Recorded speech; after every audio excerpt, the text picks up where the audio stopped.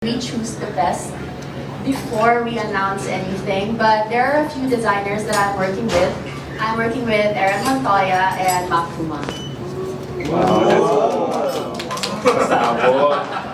And I want to ask, and with another question, before I give this microphone to my fellow pageant media friends. How do you feel that you've amassed already 1 million votes as early as now? Hindi pa nagsisimula yung competition. It's unbelievable, really. You really see the bayanihan spirit of the Filipinos, and you see the power of the pageant powerhouse that is Philippines. We saw, I was the third batch that they put the photos for the voting, and yet we were #1 at one point, and it just shows how Filipinos really support our beauty queens and how much we love pageants and how much we're willing to work for us to get the first Miss Cosmo crown. As early as now, but are you feeling some sort of pressure to live up to everyone's expectations?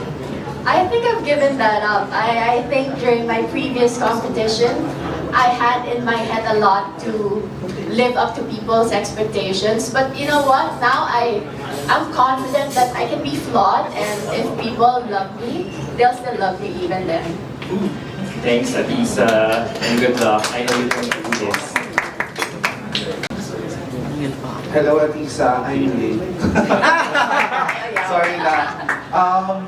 Ahtisa, as of the moment, rank 2 tayo sa People's Choice. So, your message to our fellow Filipinos para mag-rank 1 tayo for the top 10 finalists. First, thank you very much. I know that it takes effort and time to vote, and I really appreciate it. And we know that Miss Cosmo pageant is a new pageant, and they really care about our reach. They care about the impact that we can make. And if all of us Filipinos, we can work hard, we can work together to show them the impact of the Philippines, I think it will not go unnoticed, and it will help us in buying the crown for the Miss Cosmo International. Wala na akong masabi. Good luck, Ahtisa. I love you so much. Nakalive tayo.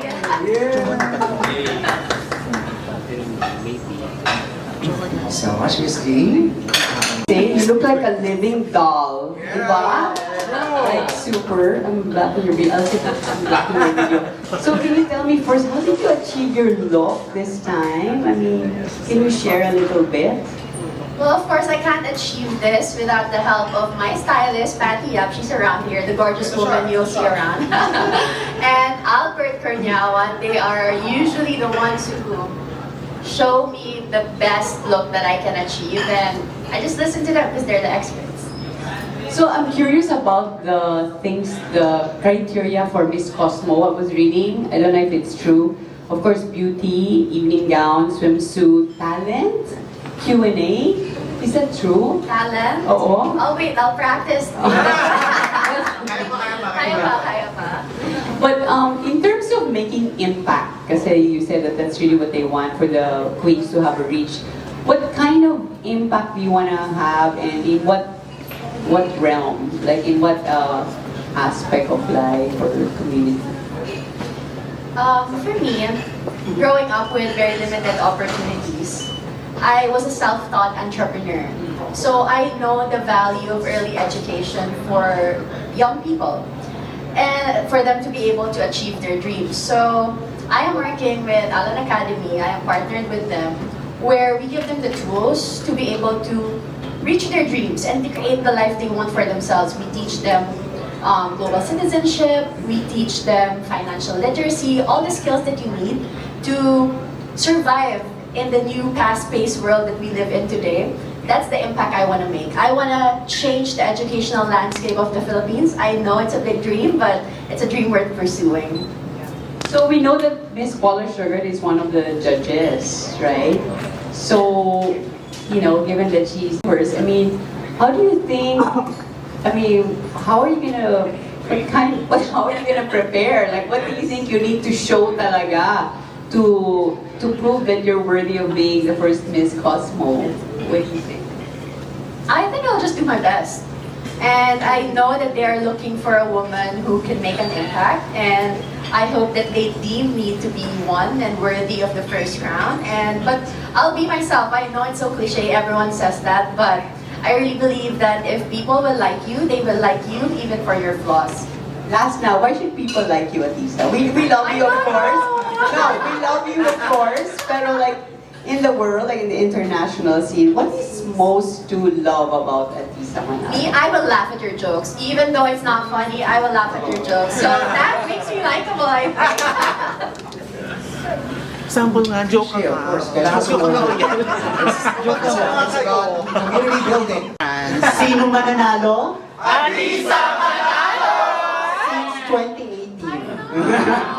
Hi!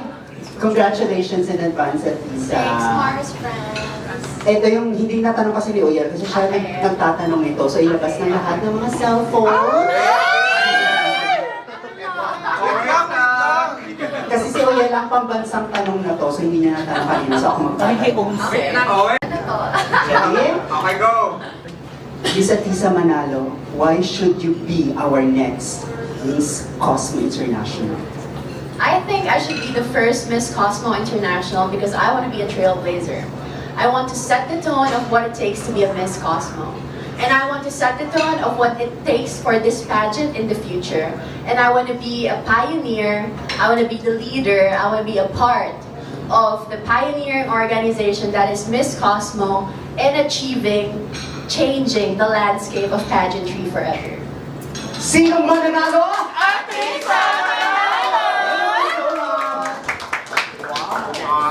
You had visited Vietnam. I want to know or how did you feel, or what did you feel the moment you landed on that country, and what can you say about their culture? I was very surprised that when I landed in Vietnam airport, there were Vietnamese people waiting for me with my name and photos. And I couldn't believe it because I know that I am a beauty queen in the Philippines, but I didn't know that my reach reaches Vietnam. And I was very happy seeing that. It just shows that, you know, who you are really transcends language and culture. And when it comes to their culture, I really wasn't able to go around a lot because I was only there for 4 days. But I made sure to try their Vietnamese food because I love Vietnamese food and it's the best. It's the best Vietnamese food I've had in my life. So it's from Vietnam. Congratulations, dear. I love your transformation.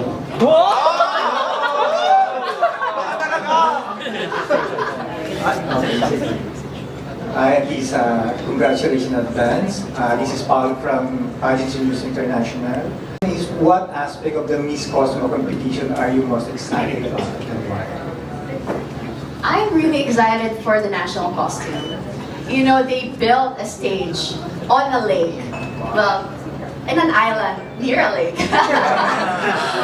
For us to be able to showcase our culture, different cultures all over the world, and I'm really excited to see that because one aspect of pageants I really enjoy is getting to know people from all over the world, getting to know their culture, getting to know how different or how similar they are with us. So that's the part I'm very excited. Okay, thank you and see you in Vietnam. To support Cosmo pageant as well as the other pageants.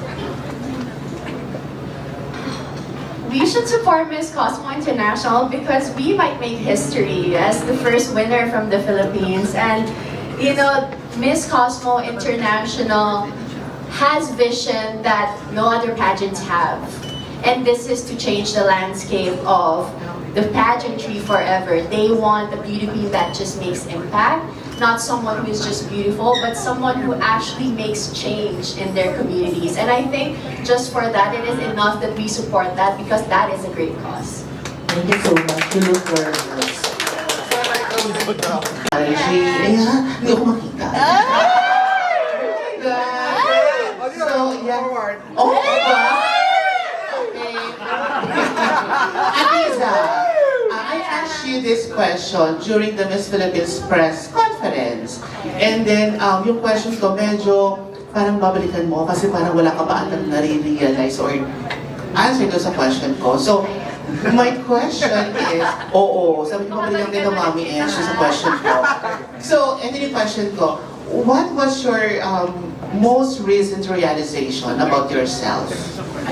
That I'm too hard on myself. Ah! I think it is a common thing that a lot of us experience, and I realize that sometimes we're doing our best, and even if it's not 100%, that's enough most of the days. Not every day is your best day, but it doesn't need to be a bad day because you weren't able to do your best. Kagayahin niyo ng mga co-candidates niya. May last question. Lalo na yung why should you be? Nakalahan tayo. Ahtisa, of course, alam naman mga pageant fans na we're rooting for Miss Universe that time, yung Miss Universe Philippines na your journey. And then sabi ko, ano ba itong sabi nga ng mga fans, ano ba itong Miss Cosmo? Sana Miss Supernational ng mga ganyan. Pero ngayon, grabe yung clamor for you, for Miss Cosmo. So, ano yung take mo ngayon na parang, ang ganda nung, Acceptance. ng acceptance, ang ganda nung transition for you na, kasi ang sabi, ako, Miss International to before, tapos ano ba itong Cosmo, ganyan, parang downgrade kasi before yung Miss Cosmo. Aminin natin yan, di ba? Yung title ng Miss Cosmo. So, pero ngayon parang, grabe, parang Miss Universe level na yung Miss Cosmo. Yeah, I bet on that. I knew that if I wasn't gonna win Miss Universe Philippines, I said I want to be Miss Cosmo. Bakit Nothing pala? else. Bakit pala Miss Cosmo? Because it's the first edition of Miss Cosmo. Exactly the reason where you can be the leading example of what it takes to be a Miss Cosmo. There is no one that comes before you and you're the first one. That is a great opportunity in my eyes. And of course, narinig ka dito na malaki ang premyo. Thank you so much.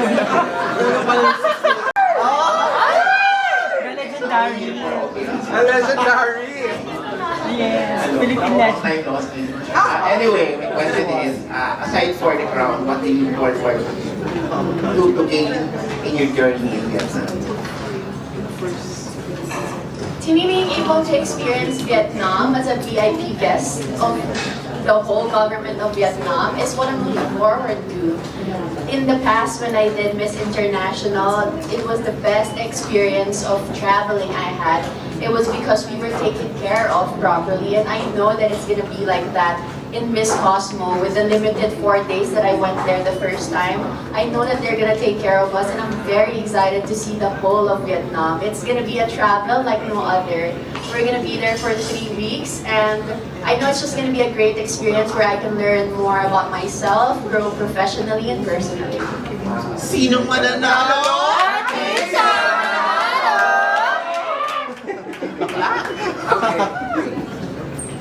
Bring it to the other side. This time, more questions. Hi, Ahtisa. I am Kriza from Musicology. So I want to ask, on a scale of 1 to 10, 1 being the lowest and 10 being the highest, how would you rate your physical and mental preparedness competing in the Miss Cosmo pageant, and why do you choose to rate yourself that rating? It's a 10. I prepared for it.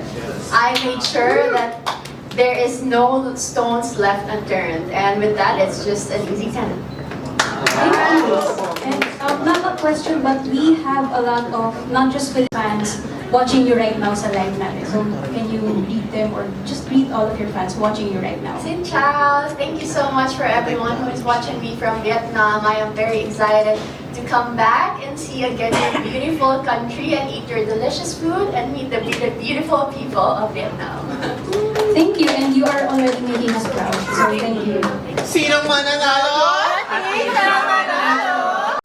From your previous pageant, we've seen your pasarela, di ba? Like, it's very remarkable, especially sa pageant fans.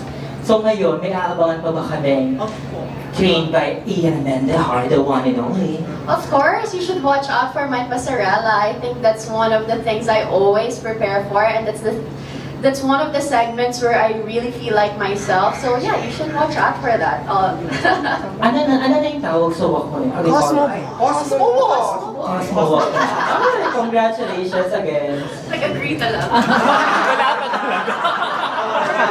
Introduction. Philippines. Maria Ahtisa Manalo, Philippines! One more to go. Di pa naka-reverse yun. Miss Cosmo, di ba? Miss Cosmo Miss Cosmo, Philippines. Philippines. Okay. Maria Ahtisa Manalo, Miss Cosmo, Philippines! At least kung walang rampa, walang Cosmo Walk, may boyfriend review. Live boyfriend reveal. Go ahead, brother. I think you're beautiful. I've seen you prepare. I've never seen you work so hard. And I love you. I think you'll do great. International Q&A na. Oh, na-train ka rin ni Attorney Jane. Hindi, yung totoo lang. Yung totoo. What do you know about it? What can you tell us about it, Lisa? I think the first thing that comes to mind is her heart, like, and how strong it is. Like, she's fought through a lot of adversity, and I think it's going to show in the pageant for sure. Are you going to Vietnam? Of course. Ito nga, pupunta eh. Ang hirap ka, di ba? I know all of you are so excited for Ahtisa 18, and I've been very fortunate to be, one of the few that I remember going to one of your first trainings, seeing her very raw, very unpolished, and then she joined the pageant. When she joined Miss Universe Philippines, I actually did take time to talk to her. And when she, we've known each other for a long time. But it wasn't until then that we've actually had like these heart-to-heart discussions and heart-to-heart talks. And because I really wanted to get to know how she's grown and how she's been. And I really appreciate the person that she's become, the woman that she's turned out to be. But what impressed me the most and what made me admire her so much was when I asked all of the delegates in Miss Universe Philippines, if you do not win on that night, would you be willing to be considered for the other titles? Actually, that question, it was really because of you. Because we knew that she was going to be amazing. We knew she'd perform really well. But, as we know in pageants, there's that. When I asked her that, she did not hesitate. She said, I want to be Miss Cosmo. And when she said that, she said it without hesitation, but she said it with so much joy. And to me, that revealed something that I really admired in her, and that's her humility. And I know that because of that, I think it's leading you to your destiny. And we can only wish you all the best. And that's why I also wanted to make sure that I'm here today to wish you all the best. Wow.